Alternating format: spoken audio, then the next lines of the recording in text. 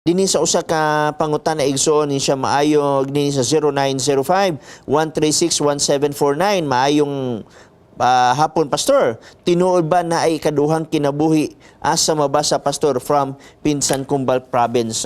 Wala ko kabuloon sa imong punto sa ikaduha nga kinabuhi igsoon.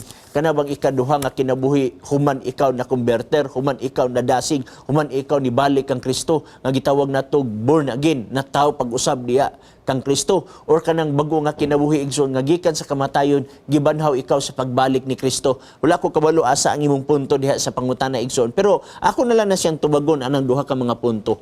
Kanang ikaduha nga kinabuhi kung maghisguta gikan sa atong daan nga pagkatao ug gisagop nato si Kristo ingon nga personal nga mangluwas ug nahimong bag-o nga pagkatao, nalatid ka na igsoon sa Juan kapitulo 3, no? Kung imo tan-awon ang Juan kapitulo 3 na ay gipahayag ang balaang kasulatan dinhi nga gisgutan, no?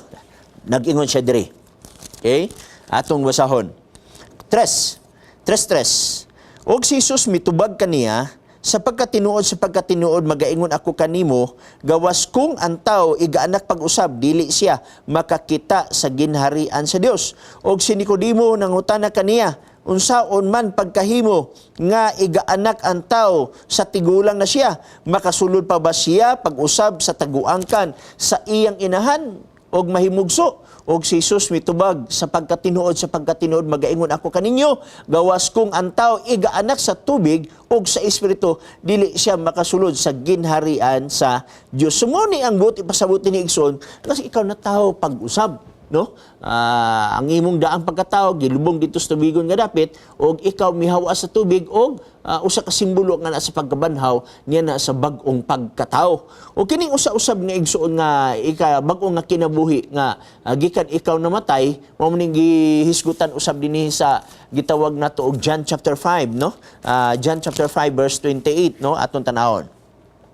Ayaw kamo kahibulong niini kay antak na nagsingabot na nga ang tanan nga anaa sa mga lubong managpakabati sa iyang tingog og ang managbuhat og maayo managpanggula nga binanhaw ngadtos kinabuhi og ang pagbuhat og mingilad managpanggula nga binanhaw ngadtos pagkahinukman sa silot. So katong nga nabanhaw nga mga matarong ngadto to siya kinabuhi kay igo lang na gituman ni Jesus Christ ang iyang saad. For God so loved the world, He gave His only begotten Son, nga sa tanang mutuo kaniya dili gid mawala kun dili makabaton sa kinabuhi nga walay katapusan o kanang bag-o nga pagka gitawag natong kinabuhi. So duha ka klase ang akong i-explain sa imo karon kay wala ko kabalo sa dagan imo pangutana.